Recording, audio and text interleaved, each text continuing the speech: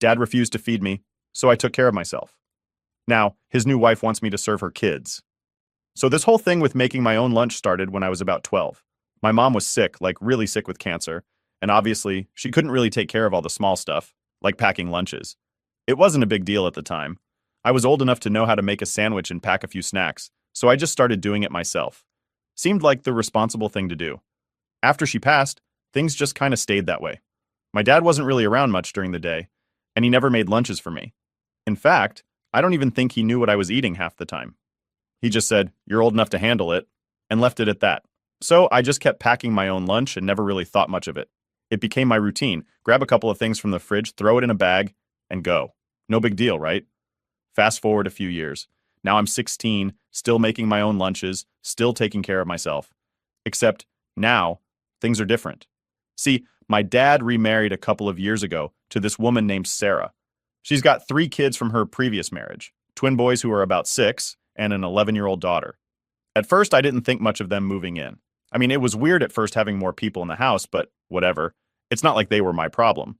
I had my room, my space, and I was doing my own thing. But then, about a year ago, Sarah started getting this idea in her head that since I'm already making my own lunch, I should be making lunch for her kids too. She said it would help out and streamline everything, so she didn't have to do it. I remember the first time she asked me, I thought she was joking. Like, seriously?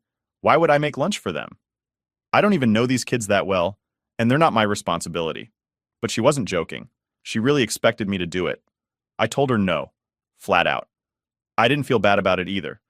I'm already making my own lunch because my dad can't be bothered, so why would I add more work to my day? Plus, I have school and a part-time job to juggle, so I don't have time to be running around packing lunches for a bunch of kids. I didn't think it was a big deal, like, they're her kids, right? It's not on me to take care of them. Apparently, Sarah thought differently. She was shocked that I said no. Like, she looked at me like I had just insulted her or something. She started going off about how it's crazy that I wouldn't want to help out my siblings, which is what she called them, my siblings. But to be real, I don't see them like that. I barely know these kids, and they're definitely not my siblings. We're not even close. After that first argument, I thought that'd be the end of it. I figured she'd get over it and realize that it's not my job to take care of her kids. But nope. She went straight to my dad, probably thinking he'd back her up. And of course, my dad doesn't like conflict, so he just kind of half agreed with her. He said something like, "It wouldn't hurt to help out a little, you know. You're part of the family now." I could feel myself getting mad. I'm part of the family now? Since when? Nobody asked me how I felt about having 3 strangers living in my house. But fine, whatever. I still said no. I wasn't budging on this.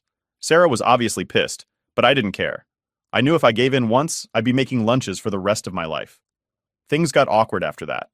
Every time Sarah saw me making my lunch, she'd give me this look, like she was silently judging me for not helping. It's not like I'm heartless or anything. If it was an emergency or something, sure, I'd help. But this? This was just her trying to get out of doing her own job as a mom. I wasn't having it. Then she started with the guilt trips. She'd say stuff like, "It must be nice to only have to worry about yourself," or "It's so selfish to not want to help your family." She even started using her kids to try and get to me. One morning, the twins came up to me and asked, "Why don't you make our lunch? Mommy said you're good at it." That made me so mad. Like, how are you going to drag your kids into this just to make me feel bad? I wasn't falling for it, though. I just said, "Ask your mom. She's the one in charge, not me." That didn't go over well. Sarah got even more passive-aggressive after that. If I was in the kitchen making lunch, she'd purposely make a huge mess and leave it for me to clean up. Or she'd leave the fridge open so stuff would go bad quicker. It was ridiculous. I just ignored it and kept doing my thing. The real kicker, though, was when she started trying to pawn her kids off on me more and more. She'd say stuff like, "I'm so busy, can you watch the twins for a bit?" Or, "I need to run errands. Can you help them with their homework?" It's like, no, I have my own life. I'm not a built-in babysitter. I have school, work, and my own stuff to deal with. Why should I take on more? Then one day, she took things to a whole new level. I was in the middle of making my lunch when she came into the kitchen and asked me straight up, "Why won't you just help out with the kids' lunches? It's not that big of a deal." I told her again that it's not my job and I don't have time.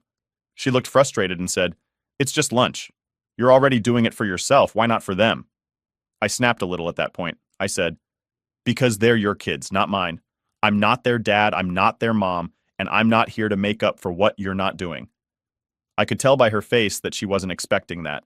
She just stood there for a minute, not saying anything. Then she just turned around and walked out. I thought that was the end of it, but boy, was I wrong. So after that last argument with Sarah, I thought maybe she'd back off for a while. But I was dead wrong. Things didn't calm down at all. If anything, she got more persistent, almost like she was on a mission to make me give in. And of course, she went straight to my dad again. This time, though, it wasn't just a casual suggestion. She came at him full force, saying that I needed to start helping more around the house and doing my part for the family. I could hear them arguing in the living room while I was in my room. Sarah was doing most of the talking, and my dad, as usual, was just kind of agreeing with her in that passive way he always does when he doesn't want to deal with a situation. I knew what was coming before my dad even knocked on my door. He came in, sat on the edge of my bed, and did that thing where he sighs before he talks, like he's about to drop some heavy news. But it's never really heavy, just annoying. "Look," he started, rubbing his hands together. "Sarah's got a point, you know. It wouldn't hurt for you to help out more around here." "Help with what?" I asked, knowing exactly where this was going, but not in the mood to make it easy for him. He kind of hesitated, which told me he didn't really want to have this conversation either, but he was too far in now. "Well, the kids," he said. "You know, making their lunches, helping Sarah when she's busy. You're already making your own lunch, right?" I just stared at him for a second. "Yeah, my own lunch. For me. Not for anyone else." I know," he said, like he was trying to smooth things over before it got heated. "But you're part of this family now, and Sarah's got a lot on her plate. It wouldn't hurt for you to step up a little." This is where I lost my patience. "Dad, I'm already stepping up. I make my own lunches, I work part-time, I take care of my own stuff. Why do I need to take on more? They're not my kids. Sarah married you, not me." He didn't like that.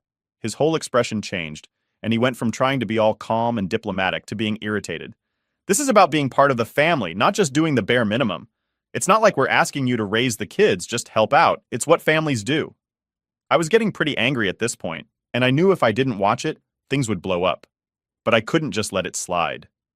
"You and Sarah had these kids, not me," I said. "If you want help with them, hire a babysitter or something. I've got my own life, and I'm not here to take over for what you two aren't doing." He didn't say anything for a minute, just sat there like he was processing what I said. Then he got up, gave me that disappointed dad look, and walked out of the room. I knew this wasn't the end of it. Sarah was probably waiting downstairs for the report, and whatever I said wasn't going to make her happy.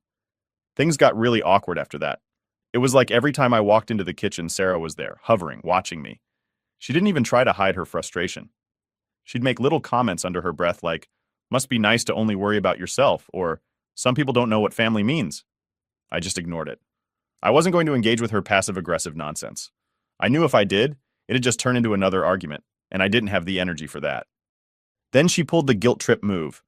One day, I'm in the kitchen packing my lunch for the next day, and she comes in with the twins. She's all like, "Oh boys, don't you wish you had a big brother who cared enough to help out and make you lunch?" I stopped what I was doing and looked right at her. I wasn't having it. I said, "That's not fair, and you know it. You can't make me responsible for them." She didn't like that. She turned to the boys and said, "Why don't you two go play? I need to have a grown-up talk with your brother." As soon as they left, she turned on me. "You know, it's not just about the lunches. It's about the fact that you don't even want to help. It's selfish." That word, selfish, set me off. Selfish? I'm the one making my own food and paying for it with my own money. I'm not asking anyone to take care of me. If anyone's selfish here, it's you for trying to dump your responsibilities on me. She wasn't expecting me to push back that hard. She looked a little shocked at first, but quickly recovered. "I work full-time. I'm raising 3 kids, and I'm trying to make this house run smoothly. The least you could do is step up and be part of the family." I shook my head. "Sarah, I'm part of the family, but that doesn't mean I have to take on your job. You and Dad decided to have these kids. You and Dad should be the ones taking care of them. I'm doing more than enough by taking care of myself." She didn't have a comeback for that, so she just gave me this angry look and left the room. I thought maybe that would be the end of it for the day, but of course it wasn't. Later that night, I overheard Sarah talking to my dad again.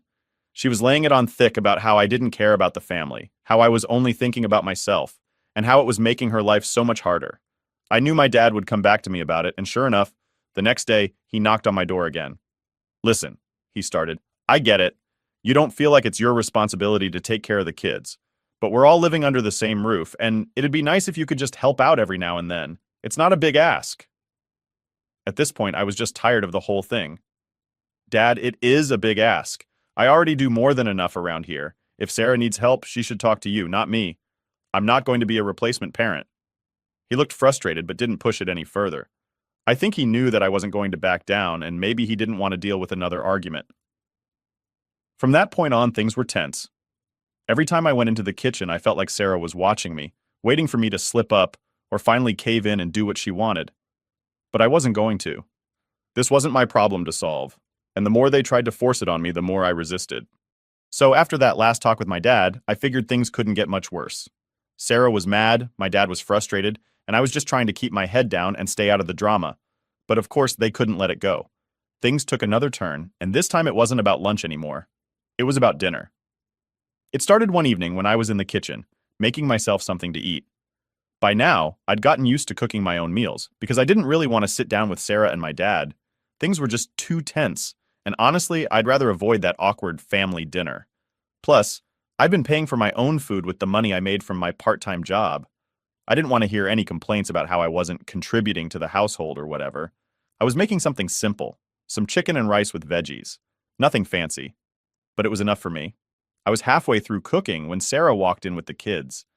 They were hungry and, I guess, expecting dinner to be ready, but obviously I hadn't made anything for them.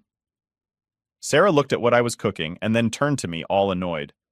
"Are you not making dinner for everyone?" she asked, like I was supposed to just know that's what she wanted. I looked at her and said, "No, this is for me. You didn't ask me to make anything for everyone." She stared at me for a second, clearly not happy with that answer.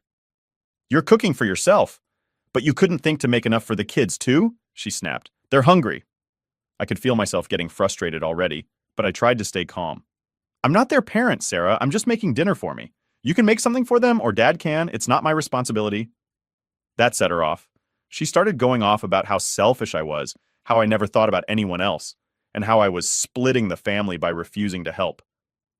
It was the same speech I'd heard before, but this time it was more intense because now she had the kids standing there, looking at me like I'd done something wrong. I just stood there, letting her rant, because honestly, what was I supposed to say? I wasn't going to start making dinner for everyone just because she was mad at me. I knew if I gave in, it would never end. When she finally stopped, I just said, "Look, if you want me to cook for everyone, you need to ask me ahead of time. I'm not going to just start making meals for the whole family because you expect it." She didn't like that answer either. "I shouldn't have to ask you," she snapped. "You live here. You should want to help." At that point, I was done. I turned back to my food, finished cooking, and sat down to eat at the kitchen table.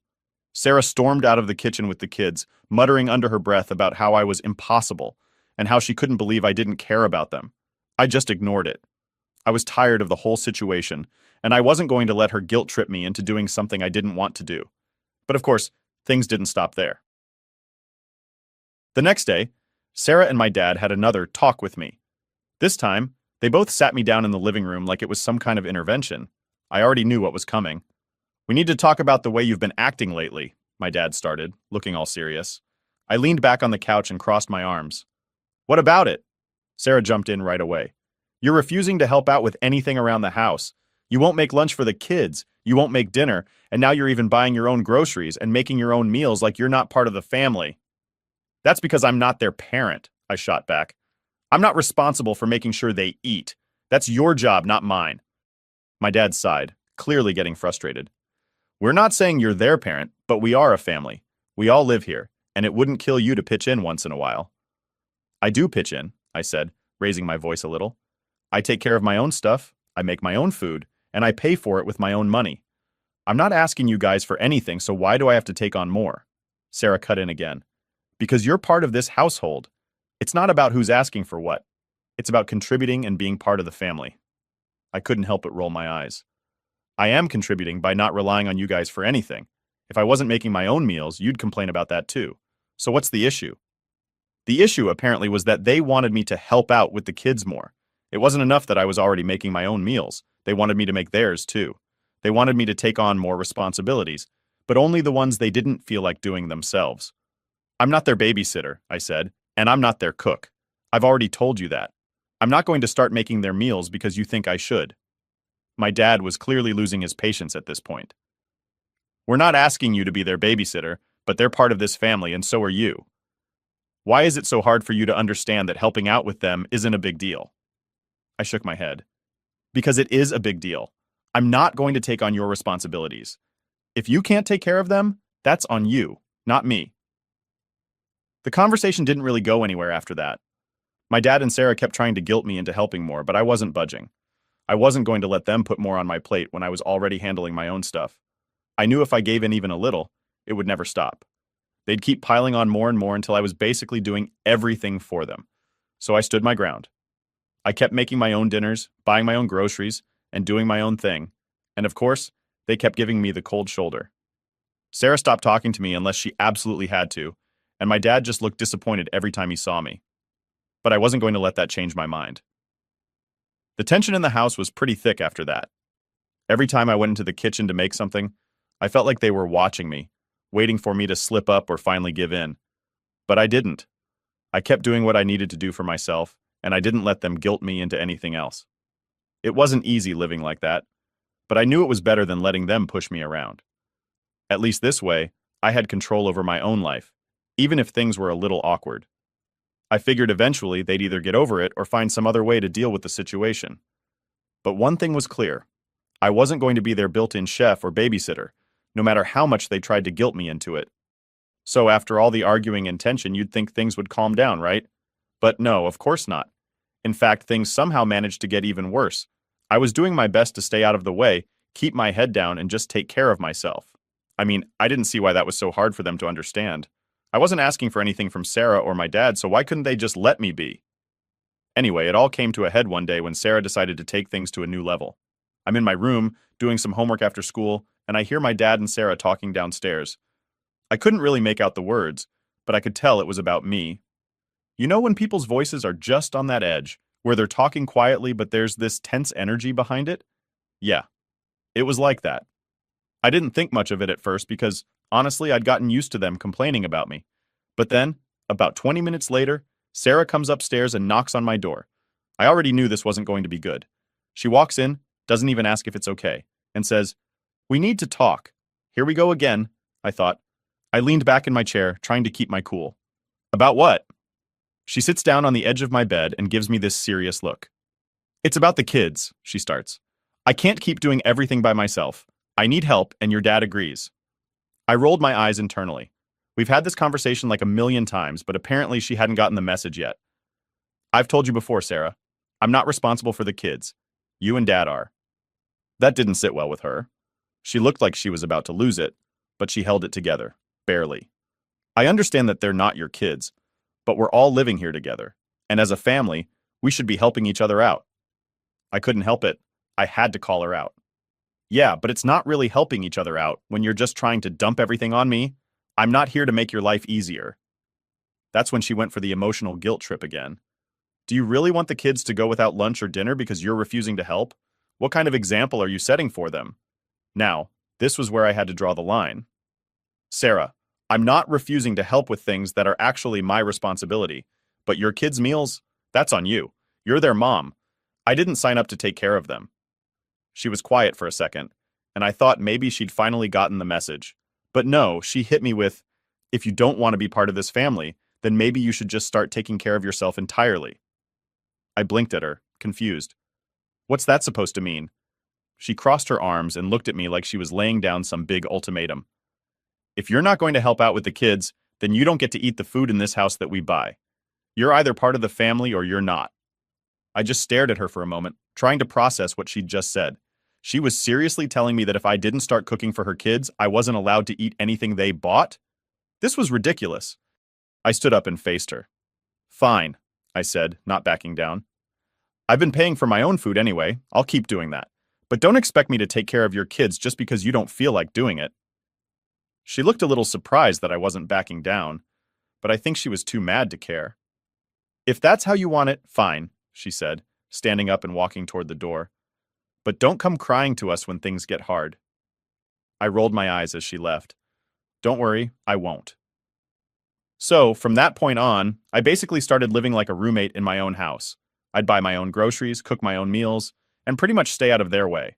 It was weird, though, because every time I came into the kitchen to make something, Sarah or my dad would be there just giving me this look. You know the kind of look, like they're waiting for you to mess up or admit that you're wrong. But I wasn't wrong, and I wasn't about to let them push me around. One night, I came home from work and saw Sarah in the kitchen, but something was off. The kitchen was a complete disaster. There were dirty dishes everywhere, the counters were a mess, and it looked like no one had cleaned up after dinner. Normally, I would just go in, do my thing, and get out. But this time, I could feel the tension building. I started making my dinner, quietly ignoring the mess, when Sarah came in and leaned against the counter. "It would be nice if you could help clean up," she said, not even looking at me. I didn't even turn around. "I didn't make the mess. Why should I clean it up?" She sighed loudly like I was being unreasonable. "Because that's what people in a family do. They help each other out." I turned to face her, setting my spoon down. "No, what people in a family do is take responsibility for their own messes. I didn't make this mess, so I'm not cleaning it up." She glared at me, clearly pissed, but didn't say anything. She just left the kitchen, and I went back to cooking. It felt like every interaction with her now was some kind of battle, but I wasn't going to cave. I wasn't going to let her guilt me into doing more than my fair share. After I finished eating, I cleaned up my own stuff and went back to my room. I knew things were only going to get worse from here, but I didn't care. I was doing what I had to do to survive in this house, and if they didn't like it, that was their problem. The next few days were more of the same: awkward silences, cold stares, and passive-aggressive comments. But honestly, I was used to it by now. I just kept my head down, kept doing my own thing, and stayed out of their way as much as possible. I knew I couldn't change how they felt about me, but I could control how I handled it. And as far as I was concerned, I was doing just fine. By the time Monday rolled around, things were already tense, but I didn't expect what happened next. I had been home for a few hours, just doing my own thing. I had the house to myself for a bit, so I decided to make a real dinner for once. Something decent, not just the usual quick meal I throw together. I was in the kitchen, cooking up some pasta with homemade sauce, maybe some garlic bread on the side. It was nothing fancy, but I was feeling good about it. I was halfway through eating when Sarah came home with her kids. I could hear them coming in, the sound of bags dropping on the floor, the usual chaos. But then it got real quiet. I didn't think much of it at first, just kept eating. Then Sarah walked into the kitchen, and the look on her face told me something was about to go down. She glanced at the food on the table and then at me, clearly not happy. "Did you make enough for the kids?" she asked, like she already knew the answer. I shook my head. "Nope, just made dinner for myself." That was the wrong answer. She snapped, her voice rising. "You're seriously just going to sit there and eat while my kids are starving?" I looked at her, trying not to roll my eyes. "Your kids are not starving, Sarah. They just got home. And no, I didn't make them dinner because you never asked me to." She glared at me, her frustration boiling over. "I shouldn't have to ask you. You're in this house, you know they need to eat, but you only think about yourself. It's disgusting." I set down my fork, ready to argue, but I didn't even get a chance. She was already yelling, throwing all kinds of accusations at me. How I was selfish, how I didn't care about anyone but myself, how I was tearing the family apart by refusing to help. Her kids were standing in the doorway, watching the whole thing, which made it even more awkward. "I'm not their parent, Sarah," I said, trying to stay calm. "It's not my job to make sure they eat. That's on you and Dad." "Don't you dare blame this on us," she shouted, her face red with anger. "You live here too. You're supposed to help out, be part of this family. But no, you'd rather sit here and make dinner just for yourself like you're some kind of guest in this house." That last part really got to me. Guest? I'm not a guest. I've been living here my whole life. You and your kids are the ones who moved in, not me. I'm already taking care of myself, paying for my own groceries, cooking my own food. I'm not responsible for your kids. She lost it at that point. You think you're so grown up because you make your own food and pay for some groceries? You don't even know what real responsibility is. Try raising 3 kids by yourself. Then you can talk about responsibility. I stood up, not willing to sit there and be yelled at anymore. That's not my problem, Sarah. You decided to have kids. You and Dad should be taking care of them, not me. I've done more than enough by staying out of your way and handling my own stuff. I'm not going to start being your live-in babysitter and cook just because you're overwhelmed. She didn't like that answer. She started calling me names, saying how I was worthless, how I wasn't even part of the family anymore, and how she hated living with me. It was honestly one of the ugliest arguments we'd ever had, and her kids were still standing there, listening to everything. I wasn't about to let her drag me down to her level, so I turned and walked out of the kitchen. I wasn't going to keep fighting. I went to my room, closed the door, and just tried to calm down. I could still hear her yelling downstairs, but I tuned it out as best as I could. After a while, things got quiet again, and I figured she'd finally given up. But the next morning, things were even worse. I came downstairs to grab my breakfast before school, and Sarah was sitting at the kitchen table, glaring at me. The kids were already eating, but there was this weird tension in the air. I just grabbed my stuff and went to leave when Sarah spoke up. "You're going to make dinner tonight," she said, her voice cold and demanding. I stopped and looked at her. "No, I'm not." "You're going to make dinner for the kids tonight," she repeated, ignoring what I'd said. "If you don't expect to eat anything in this house ever again." I almost laughed at how ridiculous that sounded. "Sarah, I already buy my own food. What are you even talking about?" She stood up, her chair scraping against the floor. "I'm serious. If you won't contribute to this family, then you're not part of it. Don't touch any food in this house that we've bought. Don't expect any help from us. You're on your own from now on." I looked at her, realizing she was dead serious. She was really trying to punish me for not doing what she wanted. I just shook my head. "Fine. I'll keep buying my own food. I don't need anything from you guys anyway." I left for school without saying anything else. All day I kept thinking about how insane things had gotten. It wasn't about lunch or dinner anymore, it was about control. Sarah wanted me to fall in line, to do what she said, and when I didn't, she was trying to make my life as difficult as possible. But I wasn't going to let her win. That night, I came home with a bag of groceries, made my own dinner again, and ignored the dirty looks from Sarah and my dad. I could tell they were waiting for me to cave, to give in and apologize. But I wasn't going to. I had my own life, my own responsibilities, and I wasn't going to let them guilt me into taking on theirs. As far as I was concerned, I was doing just fine without their help. Update. So, the tension in the house was unbearable by this point. After everything with Sarah demanding I make dinner and threatening to cut me off from the family, things were just weird. I'd come home from school or work, and it felt like I was living with strangers. Nobody said anything to me unless they absolutely had to, and even then, it was short, clipped, and always with an attitude. Fine by me, honestly. Less drama that way.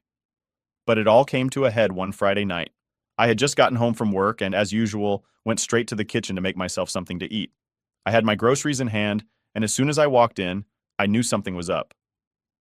Sarah was sitting at the kitchen table with my dad, and they both looked at me the second I walked through the door. It felt like they'd been waiting for me. I put my groceries down and started unpacking them, just trying to act normal. But then Sarah stood up and said, "We need to talk." I didn't even turn around. "About what?" She crossed her arms, and my dad just sat there, looking all serious. "You're not contributing to this family," Sarah started, her voice all sharp and angry. "You're living here, using up space, but you're not helping out with anything. And I'm tired of it." I turned to face her. "I've told you already, I take care of myself. I make my own food, buy my own groceries, and stay out of your way. What more do you want?" She took a step closer, clearly not happy with my answer. "I want you to start being part of this family. That means helping out with the kids, making meals for everyone, and actually contributing." I couldn't help but shake my head. "I've been contributing. I'm not relying on you guys for anything. If anything, I'm making your lives easier by taking care of myself." But she wasn't having it. "That's not enough," she snapped. "You don't get to just live here and do the bare minimum. We're a family, and families help each other." At that point, my patience was gone. "Sarah, I'm not part of your family. I didn't ask for this. You and Dad decided to get married and bring 3 kids into this house. I didn't.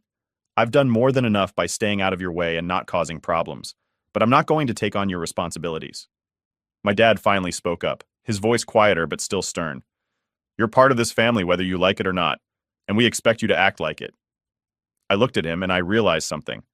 They were never going to get it. No matter what I said, no matter how much I tried to explain myself, they were always going to expect me to take on more than I should. It wasn't about being fair or logical. It was about them wanting control. I let out a long breath. You know what? If this is what being part of the family means, then I don't want any part of it. I'll keep doing my own thing, and you can keep doing yours. But I'm not going to let you guilt me into doing more than what's fair. Sarah glared at me, and my dad just shook his head. "Fine," Sarah said, her voice cold. "But don't expect us to help you with anything anymore. You're on your own." I just nodded. I already am. And with that, I grabbed my groceries, went back to my room, and shut the door. Dad won't pay my tuition, says I'd be competition for his golden child, but years later I am thriving, and he want this. So, I'm 32 now, and I've got a younger brother who's 27. We were raised mostly by our mom because honestly, dad was barely around when I was a kid. He was always off doing important stuff, which looking back was just him choosing work over family. I don't remember him being at home much, maybe on weekends here and there, but it's not like we ever did any father-son bonding or whatever. He missed out on all the little moments, you know? My first baseball game, school awards, even the time I ended up in the ER with a broken arm. Mom handled it all. By the time my brother came along, things changed. It was like dad flipped some switch. Suddenly he was this hands-on, super involved dad, always around for my brother's school events, sports games, and even the random stuff like Cub Scouts meetings. The guy who barely had time to show up for me was suddenly the perfect dad for my brother. He'd do the whole big game talk thing, throw the football around in the backyard, give pep talks, and all the stuff I'd wished he'd done with me. Now, I don't hold it against my brother. He didn't ask to be treated like the golden child, but I'm not going to lie. Watching it all happen kind of messed with my head. Here I was, this kid who'd always hoped for a little attention from dad, and my brother just got it all without even trying. I mean, dad acted like we were strangers half the time, but he'd light up around my brother like he was some mini version of himself. And it wasn't just me noticing it. Mom could tell too. She'd try to keep things balanced, never played favorites or anything like that. If anything, she made extra effort with me since she saw dad was more focused on my brother. We'd spend time together reading, messing around in the kitchen, doing puzzles, just quiet stuff that wasn't flashy but meant a lot to me. She'd always tell me, "You don't have to be like your dad to be great," and that kept me going. I needed to hear it, especially when it felt like dad was just disappointed in me for not being into guy stuff. Anyway, as I got older, I gave up trying to win dad over. I tried to bond with him a few times, hoping he'd maybe take an interest in something I liked. But nope. He'd always look at me like he was confused by me, like I was some puzzle he couldn't solve. And eventually, I just stopped putting myself out there. Figured if he wanted a connection, he'd have to make an effort too. Spoiler, he never did. My brother, though, total opposite. He was every bit the son dad wanted. Loved sports, wasn't afraid to get his hands dirty, even had the same stubborn attitude. I think dad loved that he could see so much of himself in my brother. They'd spend hours together doing, well, whatever they did, fishing, camping, playing catch. Meanwhile, I'd be in my room, either reading or messing around on my computer. And that's how it was, them outside playing football, me inside with my books or whatever project I was working on. Dad would come inside, see me with my head buried in a book or tapping away on the keyboard, and he'd just shake his head. I could practically hear him thinking, why couldn't I have another son like my youngest? He never said it out loud, but he didn't have to. It was in every look, every sigh, every time he'd tell my brother he was proud of him but barely look my way. To be honest, I think part of him saw me as mom's kid, while my brother was his. Maybe it's because mom was the one who did everything for me. School events, ER visits, homework, you name it. When he was around, dad would just do his own thing, occasionally stepping in for some fatherly advice that didn't mean much because, well, he didn't know me. Half the time, he didn't even try to understand me. And the other half, he was too busy with my brother to even notice I was around. When my brother got to the age where he was joining all these sports teams, it became like dad's second job to coach him. They'd come home from games all hyped up, telling me about some amazing play my brother made or how he got player of the game. I'd sit there, listen politely, nodding along, and dad would go on like I wasn't even part of the conversation. It's not like I expected a big pat on the back for just sitting there, but I mean, it would have been nice if he even asked what I was up to. Honestly, I'd always hoped that as I got older, things would change, that maybe dad would come around and see that just because I wasn't like him didn't mean I was worthless. But no. He'd say things like, "A real man isn't afraid to get his hands dirty," or "Why don't you join a team or something?" I remember feeling this mix of frustration and disappointment, like I could never be enough for him just as I was. Meanwhile, mom was the opposite. She'd ask me about the books I was reading, sit with me while I worked on random tech projects, and actually listen. She'd tell me she was proud of me, and that was all I needed to hear. Looking back, she was probably doing double duty trying to be both parents because she knew dad wasn't going to step up. And she never once made me feel like I had to change or be manlier to be worth something. If it wasn't for her, I don't think I would have had the confidence to even go after my dreams later on. But here's the thing. When I lost her, everything fell apart. I was only 13, and suddenly the one person who actually got me was gone. After she passed, dad seemed like he got even more into my brother's life, if that was even possible. They grew closer, and I just faded into the background. I tried to keep going, find some way to connect with him, but the more I tried, the more it felt like I was just a reminder of everything he didn't like. So yeah, growing up wasn't exactly easy, especially when I had to watch Dad and my brother have this tight bond that I never got to experience. I know some people might say, well, that's just how families are, parents have favorites. But until you're that kid on the outside looking in, you don't know what it's like to feel like you're second best in your own family. All I ever wanted was to be accepted by him, but that never happened. Now, my brother was too young to notice any of this when we were kids, and even now, I doubt he realizes how things played out. It's not his fault, and I don't hold it against him, but I can't forget it either. Losing mom changed everything. I was 13, just barely a teenager, and I'd lost the one person who actually got me. It was like my whole world went dark. Without her, I felt adrift, like there was no one left in the house who saw me, let alone understood me. She'd been my only support, the only one who thought I had potential. And now, gone. After she passed, things around the house got way more intense. You'd think losing a parent would make everyone pull together, right? Like, we'd all start relying on each other to cope. But that didn't happen. Not even close. My dad and brother seemed to carry on as if nothing had changed, like we hadn't just lost the heart of the family. I was devastated, trying to process this huge loss, while they acted like everything was normal. If anything, my dad just seemed to lean even more into his relationship with my brother, leaving me in the dust. I remember coming home from school one day, maybe a few months after Mom passed. I'd had a rough day, kids giving condolences like it was the first time they'd heard, teachers giving me these pitying looks. All I wanted was to come home and feel like I wasn't alone. But when I walked in, there was my dad, watching TV with my brother, laughing about something like they didn't have a care in the world. I felt like a ghost in my own house. I started spending a lot more time in my room. Honestly, it just hurt too much to be around them. I'd be in the kitchen making myself a snack, and they'd stroll in, talking about my brother's latest football game or some other thing they'd done together. They'd barely look my way. It was like they didn't even notice I was standing there. I'd try to chime in sometimes, add to the conversation, but Dad would just give me this look that said, "Why are you interrupting?" I eventually just gave up. With Mom gone, I didn't even know who I was supposed to turn to. I needed support, someone to talk to about how hard things had gotten, but there was no one. Dad was too busy treating my brother like his little protege, and my brother, well, he was just a kid. He was wrapped up in his own life, probably not even realizing how different things were for me. So I threw myself into what I knew. Tech. Coding, to be specific. At first, it was just a distraction, a way to keep my mind off things. But the more I dove into it, the more I realized I was good at it. I'd spend hours teaching myself new things, working on projects, making websites from scratch. Every time I figured something out, I'd feel this little spark of satisfaction. It was something to hold on to, something that didn't depend on anyone else. And for a while, it was enough. But of course, Dad didn't see it that way. To him, I was just wasting my time on the computer. He'd make these snide comments whenever he saw me coding like, "When are you going to do something useful?" Or, "Real men don't hide behind a screen." I'd just nod and keep working. I'd learned by then that arguing with him was pointless. If he couldn't understand it, then it wasn't worth his attention. Then there was this one day that really sticks out. I'd been working on this project for weeks, building a small program that could help with basic tasks, something simple but cool, especially for my age. I was excited, It was finally working, and I wanted to show someone. My first instinct was to tell my dad. Stupid as that sounds now. I guess I still wanted his approval, no matter how many times he'd ignored me. So I went up to him, showed him what I'd built, and explained how it worked, hoping he'd see how much effort I'd put in. But he just glanced at the screen, gave me this half-hearted, "That's nice," and went right back to whatever he was doing. That was the moment it hit me. No matter what I did, he was never going to care.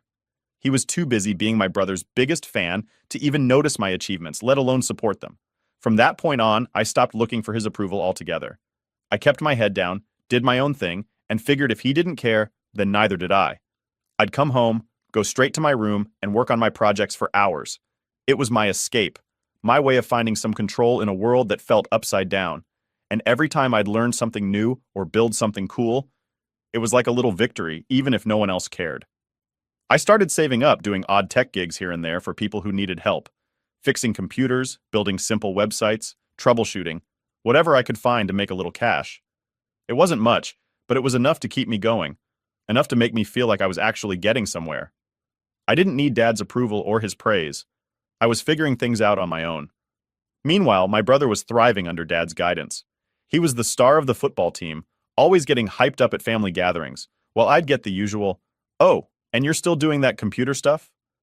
I'd just nod, figuring there was no point in trying to make them understand. My brother got all the attention, all the pride from our dad, while I was left to figure things out on my own. And look, I know it sounds petty, but when you're that age, stuff like that matters. When your family doesn't seem to care about the things that make you who you are, it messes with you. It makes you wonder if maybe they're right, if maybe what you're doing really is a waste of time. But I pushed through, kept working on my tech stuff, because deep down I knew I had to prove it to myself that I was worth something, even if my dad couldn't see it. After a while, I got used to being on my own. It was just easier that way. Dad and my brother had their world, and I had mine. They were all about sports, socializing, going out to games, while I was in my room with my laptop, coding my heart out. And honestly, it wasn't so bad. I had my little victories, my sense of purpose, and that was enough. But I'd be lying if I said I didn't sometimes look out the window and see them tossing a football around in the yard, laughing like they didn't have a care in the world, and wonder why I couldn't be a part of that. Why I couldn't be the son my dad wanted. Why I couldn't fit into that picture. I guess that's just how it was, though. I had my path, they had theirs, and I was learning to live with it. As long as I had my tech, my projects, I felt like I was building something real, something that mattered, even if Dad would never understand it. By the time I was finishing high school, I knew what I wanted to do: tech. I'd been tinkering with coding for years, and it was finally starting to pay off. I had a few small projects under my belt, a little online portfolio, and I was ready to make a career out of it. Going to college for computer science was a no-brainer for me. I didn't see any other way forward. So, I started applying. I didn't aim small either. I went for the big schools with solid tech programs, the kind that would open doors and get me where I wanted to be. I even lined up a summer internship at a local tech startup to get some real experience. For once, I felt like I was on a path that actually meant something, something that was mine. But here's where things got messy. My dad, who hadn't shown much interest in my tech journey, didn't exactly jump at the chance to support me. I knew college would be expensive, especially for the schools I'd gotten into, and while I had some scholarships lined up, I still needed help with tuition. So I did what anyone in my position would do. I sat him down and laid it all out. I told him about my goals, about how tech wasn't just some hobby anymore, but my future. He listened, but I could tell he was barely absorbing any of it. When I was done, he just sighed and said, "Look, I don't think it's worth spending all that money on something so unpredictable." He threw in a line about real jobs and something about stability, and all I could do was sit there, stunned. I mean, this was coming from the guy who could drop money on sports gear for my brother without blinking. My brother got all the financial backing he needed for his stuff, the games, the travel, the training sessions. But when it came to my education, my future, suddenly, it was too big of an investment. I tried explaining how this wasn't just some shot in the dark. I had a plan, and I was willing to put in the work. I even showed him my scholarship letters and talked about the internship I'd secured, but he just shook his head, acting like I was some clueless kid chasing a fantasy. He goes, "Your brother is struggling with his grades, and he needs our support right now. You can figure this out on your own." That line hit me harder than I'd like to admit. It was like everything I'd worked for, everything I was trying to build, was just invisible to him. It was clear that he wasn't going to help, no matter how much I tried to reason with him. The money wasn't even the main issue, I think. It was just that he didn't see tech as something real, something worth investing in. After that conversation, I packed up my stuff, left the house, and went straight to my aunt's place. My aunt, my mom's older sister, had always been there in the background, and she was the one person I felt I could turn to. She didn't have a fancy house or a ton of money, but she listened. I told her everything, the whole mess with my dad, and she didn't hesitate to offer me a place to stay. Moving in with her wasn't easy, though. Her house was smaller, and it was in a completely different part of town. I had to switch schools, leave behind what few friends I'd managed to keep, and start over. But it was the only choice I had. I couldn't keep living in a place where I felt like an outsider in my own family. When I told her about my college plans, she did something that completely shocked me. She offered to help cover my tuition. Now, she didn't have much money. She was living paycheck to paycheck herself, but she said she'd figure something out. She even went so far as to ask a few of her close friends for support. They chipped in too, and somehow, they made it happen. It wasn't a full ride, but it was enough to get me started. I remember that moment clearly, sitting in her small, cluttered kitchen, going over the finances, looking at the checks her friends had written out for me, It was one of the most humbling experiences of my life. These were people who barely knew me, but they believed in me more than my own father did. I promised myself right then and there that I'd make every dollar count, that I wouldn't let their faith in me go to waste. So, I enrolled in college, focusing on computer science. It was surreal, finally getting to study what I loved. I kept my head down, worked hard, and picked up as many skills as I could. The professors were top-notch, the environment was inspiring, and I felt like I was finally where I was meant to be. For the first time, I didn't feel like I was running uphill just to prove myself. During college, I also started working on some side projects. I'd been sitting on an idea for a while, something I thought could really make a difference in the tech space. Between classes, assignments, and part-time gigs, I'd chip away at this project, pouring every spare minute I had into it. It wasn't easy. Balancing everything was exhausting, but I was determined to make it work. Looking back, that period of my life was the turning point. Every late night, every weekend spent coding instead of going out, every dollar I scraped together, it was all building towards something bigger. And through it all, my aunt was there, cheering me on, even if she didn't fully understand what I was doing. She'd ask questions, genuinely interested, even if the tech jargon went over her head. Just knowing she was in my corner kept me going. I'd like to say that this whole experience made me stronger, and maybe it did, but it also left a mark. I stopped expecting anything from my dad or my brother. I realized they'd never be the kind of family that would support me, at least not in the way I needed. That hurt, and yeah, it made me angry, but it also pushed me to prove that I didn't need their approval to make something of myself. Over time, I saved up enough from freelancing and side gigs to pay my aunt back a bit. I'd slip her an envelope every month with what I could afford, and she'd always protest, saying it wasn't necessary, that she was just happy to see me thriving. But I insisted. She'd given me a shot when no one else would, and I couldn't just let that go. By the time I was getting close to graduation, I had a working prototype for my app. I didn't tell anyone about it, mostly because I didn't want to get my hopes up. But I poured everything I had into it, hoping maybe, just maybe, it would be the thing to set me apart, to prove to myself, and maybe even to my dad, though he'd never know, that I was worth betting on. That was my life for those years. College, coding, and trying to scrape by on what little I had. It wasn't easy, but I wouldn't trade it for anything. Every step I took, every hurdle I cleared, brought me closer to becoming someone I was proud of, even if the people who were supposed to care the most couldn't see it. Looking back, it's almost funny how things turned out. The guy who was told his dreams were a waste of time, who got tossed aside by his own father, ended up carving his own path. It wasn't thanks to my family, but in spite of them, and somehow that made it all the more satisfying. Graduation came and went in a blur. All those years of hard work, the late nights and all-nighters finally paid off. I felt like I'd come a long way from the kid hiding in his room to avoid his own family. By then, my app was fully built, polished, and actually working well. I still hadn't told anyone in my family about it, except my aunt. She didn't fully understand what I'd created, but she was thrilled for me anyway. That kind of support, even if it was just her saying, "I'm proud of you," meant a lot. Once I graduated, I decided to go all in on my app. It was a gamble, and I knew it could go either way, but I felt like I finally had something that could make an impact. I was a nobody in the industry, but I'd already put in so much work I figured there was no harm in taking it to the next level. If it failed, well, I'd find a way to pick myself up. If it succeeded, well, I didn't even know what that would look like yet, but I was ready to find out. I started off small, pitching my app to a few local companies. Most of them didn't bite, and I can't even tell you how many rejections I got. But I kept pushing, improving things bit by bit, and learning from the feedback, even when it was brutal. That persistence started paying off in ways I didn't expect. A few people gave it a shot, and they liked it. Word spread slowly, and before I knew it, people were reaching out to me. There was this one moment, though, that stands out more than any of the initial successes. I was working late one night, completely absorbed, when my phone buzzed.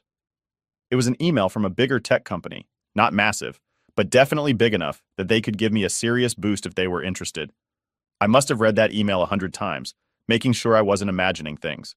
They wanted a meeting, and they wanted it soon. I remember sitting in my little apartment, staring at the screen and feeling like, finally, things were turning in my favor. All those years of hearing tech isn't a real career or it's just a hobby were coming back to me. But this time, they didn't sting. I realized I didn't need anyone's approval anymore. I was doing this for myself, and it was working. I went to that meeting more nervous than I'd like to admit.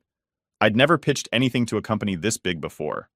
I showed them what my app could do, explained how it solved a few key problems they'd been struggling with, and did my best to hide my nerves.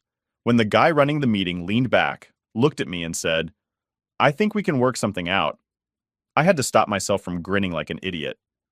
That deal became my first big break.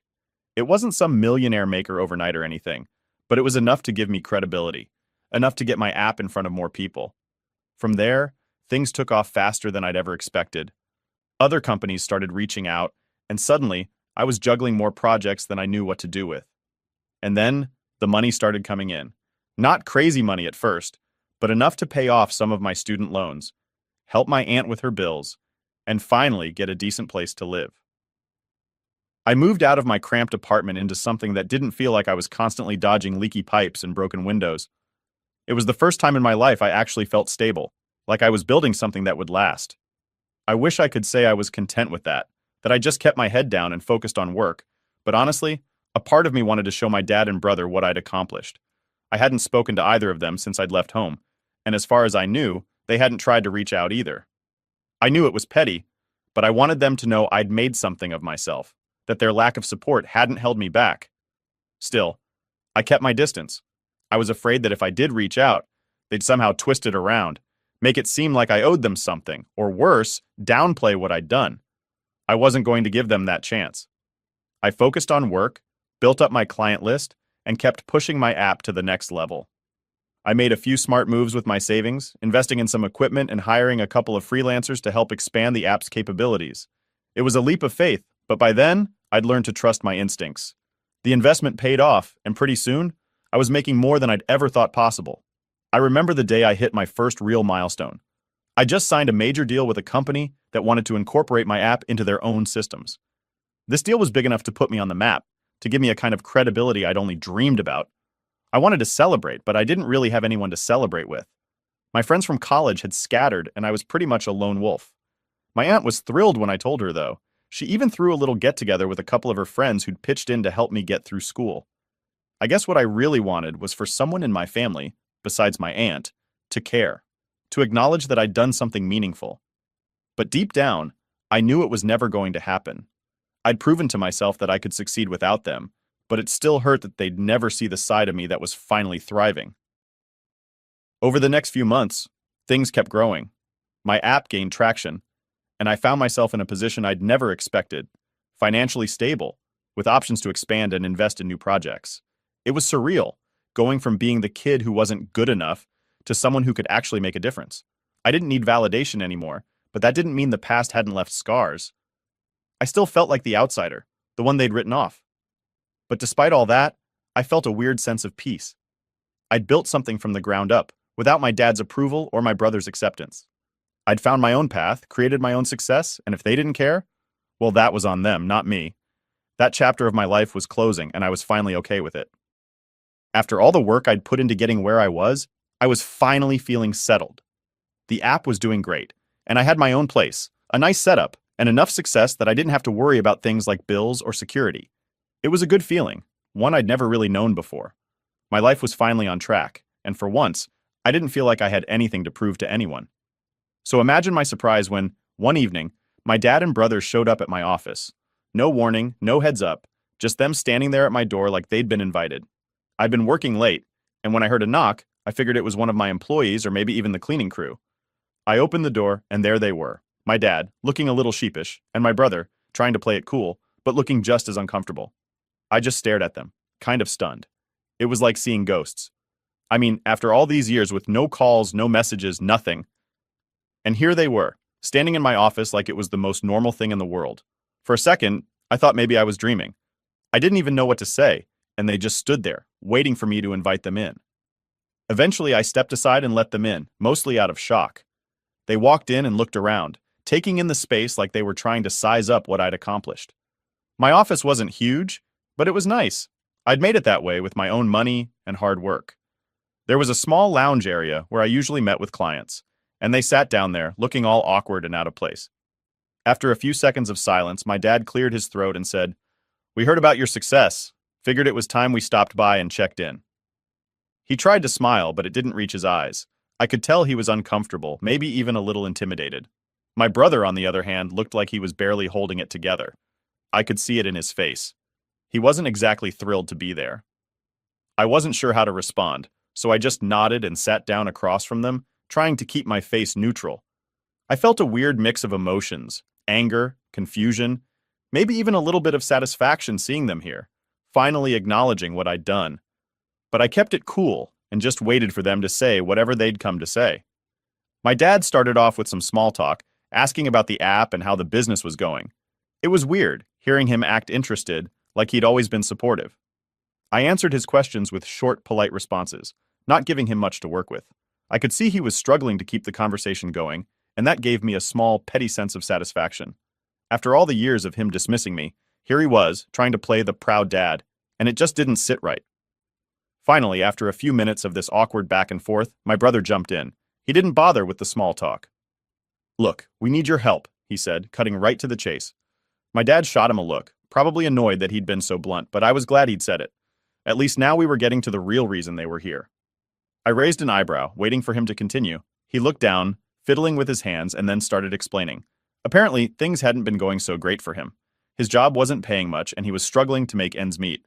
On top of that, he'd racked up some debt, and my dad had been helping him out for a while, but it had gotten to be too much. They were in a tight spot, and they'd come to me hoping I'd be able to lend a hand. I had to bite back a laugh. After all the years of being ignored and treated like an outsider, they were here asking for my help. I couldn't believe the audacity. I kept my face as blank as possible, though, and just listened while my dad tried to paint it like this was some kind of family crisis, and that it was my duty to step in. When he finished, I just sat there looking at them. They stared back, probably expecting me to say yes, to jump in and save the day. But I didn't. I leaned back, crossed my arms, and asked, "Why me? You guys haven't cared about me or my work for years. What makes you think I'd want to help now?" My dad shifted uncomfortably, trying to come up with a response. He started to say something about family sticking together and forgiveness, but I wasn't buying it. All those years of him putting my brother first, dismissing my interests, refusing to support my education, they were all flashing through my mind. I realized that they hadn't come because they wanted to make amends. They were here because they needed something. I told them as much, laying it all out in a calm, matter-of-fact way. I said, "You know, it's funny. When I was struggling, you guys were nowhere to be found. When I needed support, you both acted like I didn't matter. Now that I'm successful, suddenly you remember I exist. I'm not some backup plan you can come to when things get rough." My dad tried to interrupt, saying it wasn't like that they'd always cared, but maybe hadn't shown it well.